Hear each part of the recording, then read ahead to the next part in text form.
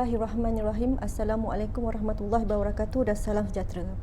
Saya Salizan Siddiq dari Perpustakaan Awam Daerah Raub. Hari ini saya bersama dengan seorang tetamu yang diundang khas sempena Hari Wanita Sedunia. Tetamu yang saya maksudkan ialah Puan Hajah Siti Zainab binti Subuh. Beliau merupakan pengetua As-Sakafah Akademi Pengajian Ratu Quran Raub. Beliau lahirkan pada 22 hari bulan Ogos 1949 di Seremban.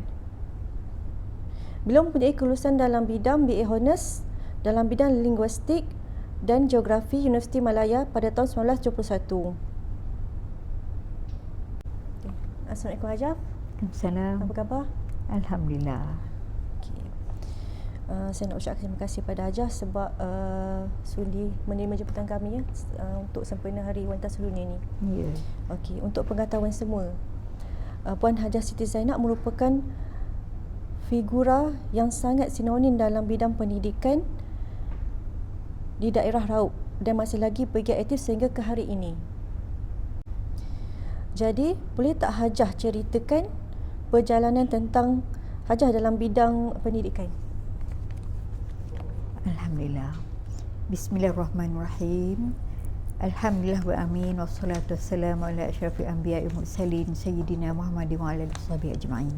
Assalamualaikum warahmatullahi wabarakatuh. Yang dikasihi Puan Izan dan penonton semua. Sejarah diri saya dalam dunia pendidikan sudah begitu lama, iaitu saya menjadi seorang guru di bawah Kementerian Pendidikan pada 2 Januari 1973 dalam bidang akademik, ya, dan mengajar. Sekolah pertama saya ialah di Raub, Sekolah Menengah Tengku Kudin. Kemudian saya bertukar ke Cameron Highlands, ke Kuantan, ke Temeloh, kembali semula ke Raub sebagai guru penolong kanan di Sekolah Menengah Mahmud pada tahun 1986.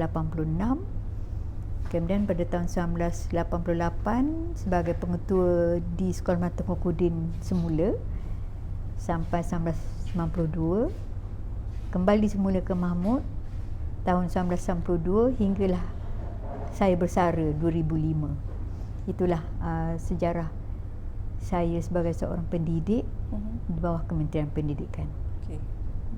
Hajah, bagaimana Hajah macam mana boleh dapat hadiah untuk menubuhkan Akademi Pengajian Ratu Quran? Ya. Sebenarnya saya secara peribadi dari kecil memang saya sangat berminat dalam bidang agama, lebih-lebih lagi dalam bidang Al-Quran. Jadi saya memang tak tinggallah dengan membaca Al-Quran ni, ikut tahap lah, masa budak cara budak, bila remaja sampai dewasa.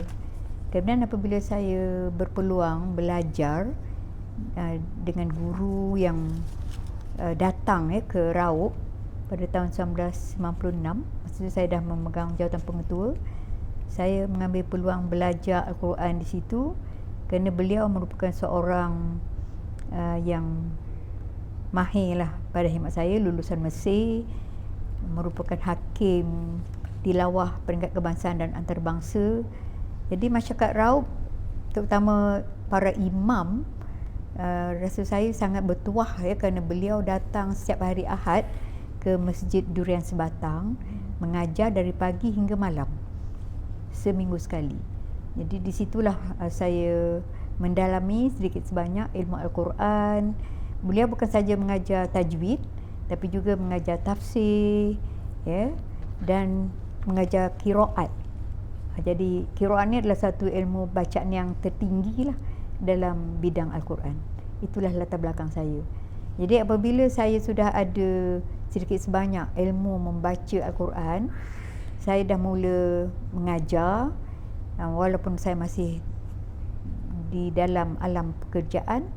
Jadi saya berazam apabila saya bersara nanti saya nak teruskanlah khidmat saya dalam bidang ini. Itulah asal dia.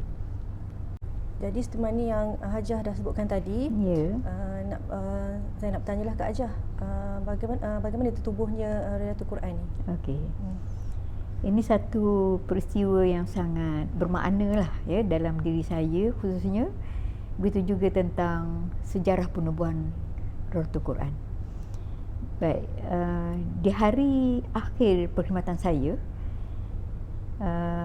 pengerusi PIBG sekolah saya tu, iaitu Yang Hormat Datuk Haji Salim bin Abdul Majid, menyatakan hasrat beliau untuk membuka sekolah agama. Dia kata nak buka sekolah agama atau sekolah Al-Quran lah.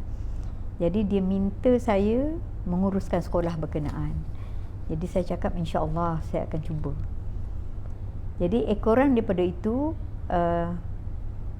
saya diberi rezeki setelah saya bersara 2005. 2006 saya berkhidmat di Sakafa PAKK di Jalan Pekiling di Raub sebagai guru Al-Quran, sebagai staf di situ selama setahun lebih lah, sehingga tertubuhnya Lailatul Quran. Jadi Lailatul Quran ni ditubuhkan pada 2 Julai 2007.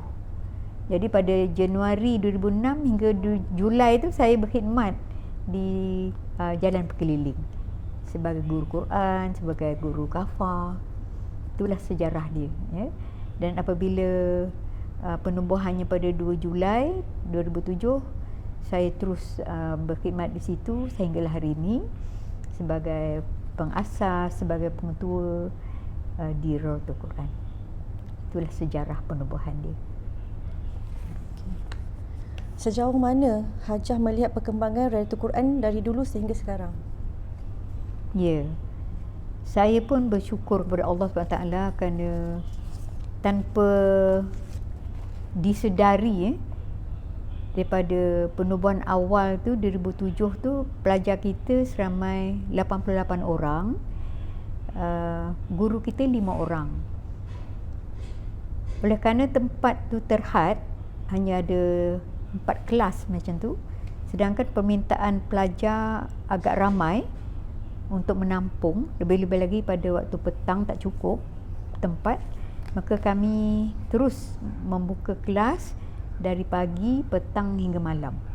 Jadi nampaknya permintaan pelajar dan juga kesedaran ibu bapa makin meningkatlah dari masa ke semasa, sehinggalah ke saat ini di mana pelajar kita hampir 450 orang. Itu tidak termasuk pelajar dewasa. Pelajar-pelajar Sakafah saja ya, hampir 450 orang. Itulah perkembangan daripada 2007 hingga ke hari ini. Okay. Apa pandangan Hajah mengenai peranan ibu bapa dalam mendidik anak-anak dalam bidang pengetahuan Al-Quran? Ya. Seperti mana yang kita sedia maklum, ibu bapa merupakan sekolah pertama bagi anak-anak. Jadi oleh kerana Al-Quran ini merupakan suatu panduan hidup untuk kita sebagai seorang Islam ya, di dunia dan juga di akhirat, maka ibu bapa terlebih dahulu perlu menguasai ilmu ini. Sebanyak sedikit mesti boleh dah ajar anak-anak sebelum anak bergerak ke alam persekolahan. Jadi dengan lain perkataan, tak ndak ibu bapa kena tahu Al-Quran, kena tahu sikit-sikit Jawi. Sebab bila tahu Quran, automatik akan tahu Jawi lah. Baik, apabila ilmu ini sudah ada di kalangan ibu bapa, dalam kalangan ibu bapa, jadi ibu bapa sudah boleh memberi panduan asas kepada anak-anak mengenal huruf, mengenal bunyi, membaca ayat-ayat lazim, membaca doa-doa pendek, doa-doa harian dan sebagainya, untuk melatih anak-anak tentang akidah mereka, tentang akhlak mereka, tentang asas-asas agama mereka sebelum mereka masuk ke alam persekolahan. Jadi dengan lain perkataan, ibu bapa perlu ada persiapan yang cukup untuk mendidik anak dalam bidang agama di peringkat asas. Maksud saya di peringkat asas. Okay. Bagaimana Hajah melihat kesedaran dalam ibu bapa dalam ibu bapa berkaitan dengan perkara tersebutlah sekarang? Sekarang. Ya, alhamdulillah, seperti saya ambil kaedah jumlah pelajar. Bila kita lihat jumlah pelajar 88 orang, kemudian naik 100 lebih, 200 lebih, 300 lebih, 400 lebih, sampai kita rasa tak mampu dah. Tapi walaupun kita tak mampu, tapi saya bercakap, tak bolehlah kata pelajar dah penuh ni, kelas dah penuh, tak boleh. Sebab ini amanah. Ya, ada orang nak cari tempat, kita ada tempat, tak boleh tutup peluang untuk belajar. Jadi nak tak nak, kita terima juga. Jadi sebab itu kita buka kelas sampai waktu malam. Kita buka kelas, kadang-kadang satu kelas tu ada 2 orang guru, untuk memastikan pelajar boleh mengaji, pelajar ada guru yang membantu, guru utama tadi, ya, dipanggil pembantu guru, supaya harapan ibu bapa tu dapat dipenuhi, anak-anak dapat belajar agama. Yang penting sekarang ialah ibu bapa, kami di Rotul Quran sendiri kena jelas bahawa sekolah-sekolah di daerah Raub ni dia tidak membuka peluang untuk membuka kelas sakafah. Ya, tak ada kelas kafah. Jadi bila tak ada kelas kafah, sekolah tak ada belajar kafah, anak-anak terpaksa mencari SAR. SAR ni ialah sekolah agama rakyat, macam sekolah kami. Jadi kami tak boleh tutup pintu. Kalau tutup pintu, peluang tak ada. Tak ada alternatif. Ya, kalau kami tak ada beri peluang, di mana mereka nak belajar? Jadi sebab itu, atas kesedaran tu kami terima je lah. Walaupun padat macam mana pun, kita akan ada alternatif lain untuk membolehkan ibu bapa menaruh harapan atau memenuhi harapan ibu bapa untuk memberi peluang kepada anak-anak belajar Al-Quran, belajar solat dan belajar perkara-perkara asas fardu ain. Okey. Apa harapan Hajah dan impian Hajah di masa akan datang dalam mengenalkan Rayatul Quran? Mengenai Rayatul Quran. Ya. Sekarang dah tahun yang ke-14 lah, ya, 2007-2021. Jadi memang kita nampak peranan tu semakin besar, cabaran makin tinggi, harapan masyarakat begitu besar kepada Rayatul Quran. Jadi saya bercakap dengan diri saya, dengan guru-guru, dengan para ibu bapa, dengan masyarakat sekitar, dengan agensi-agensi kerajaan, swasta, NGO, bahawa kita mesti bersatu dalam memartabatkan Al-Quran. Jadi salah satu tempat yang saya rasa boleh saya bercakap ialah di Raudatul Quran sendirilah.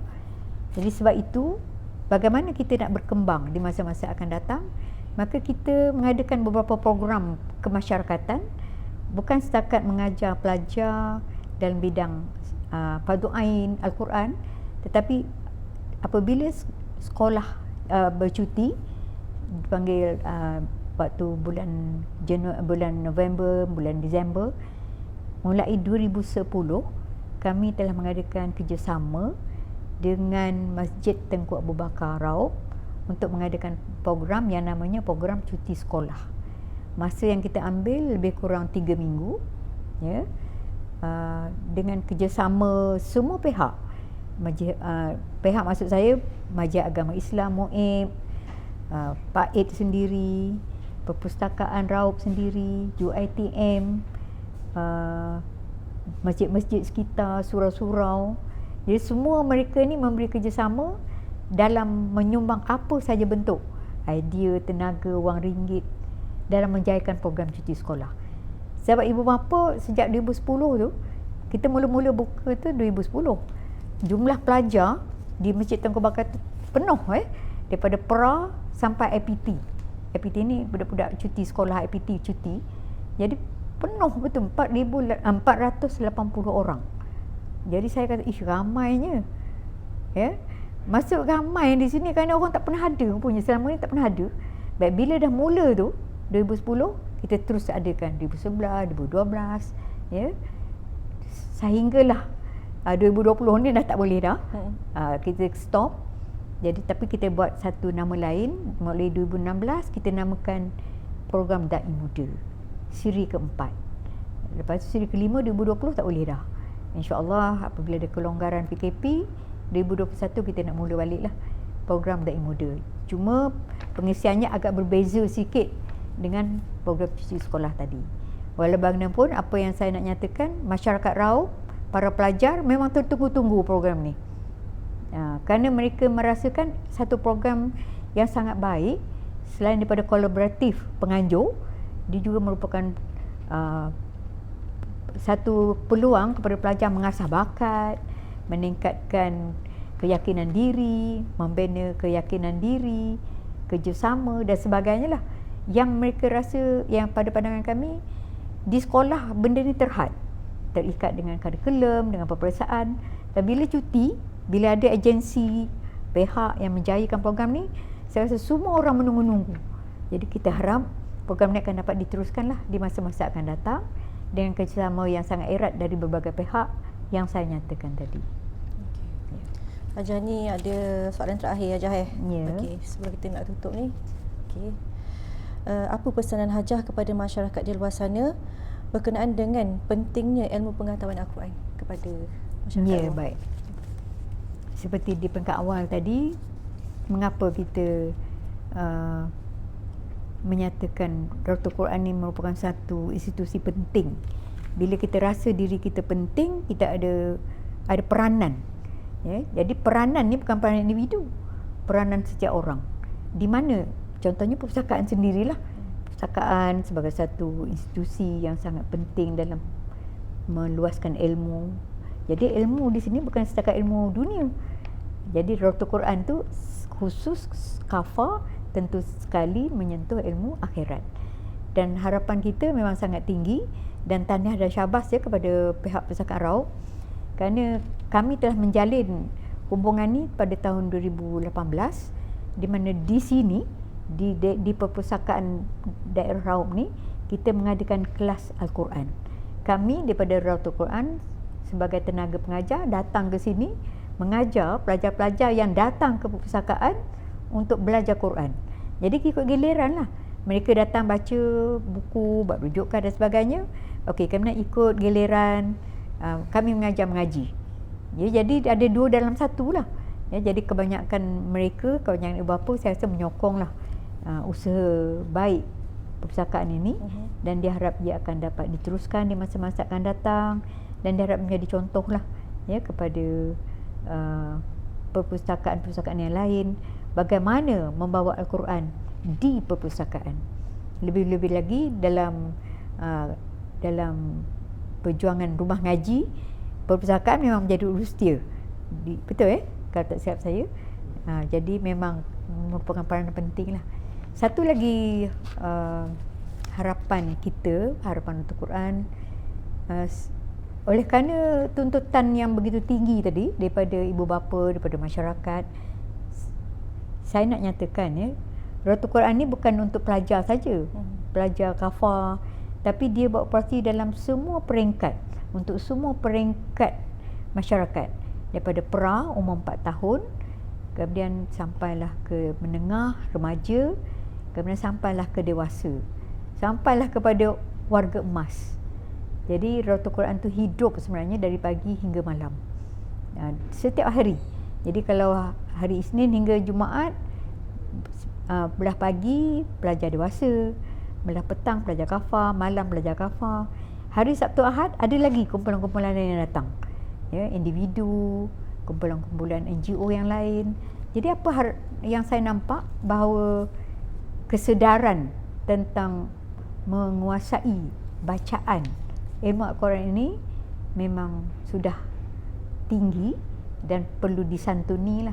Dalam usaha itu maka kita berharap premis yang ada sekarang tu dapat diperluaskan lagi, dan insya-Allah sama-sama berdoa semoga kita akan mendapat tapak yang sesuai untuk pembinaan Darul Quran sebagai sebuah sekolah yang boleh menampung keperluan semua masyarakat ya di daerah Raub. Itu harapan kita insya-Allah. Terima kasih Hajah. Baik, sama. Masa amat mencemburui kita. Jadi kita telah sampai ke penghujung segmen Pesona Wanita pada hari ini. Semoga anda semua mendapat ilmu yang manfaat berdasarkan perkongsian sebentar tadi. Saya mewakili pihak Perpustakaan Awam Daerah Raub ingin merakamkan setinggi-tinggi perhargaan dan ucapan terima kasih buat tetamu jemputan kita iaitu Puan Hajah Zainab binti Subuh, kerana kesudian beliau bersama kita pada hari ini. Sekian sahaja dari saya, Salizan Sidek. Semoga kita bertemu lagi di masa akan datang. Assalamualaikum warahmatullahi wabarakatuh.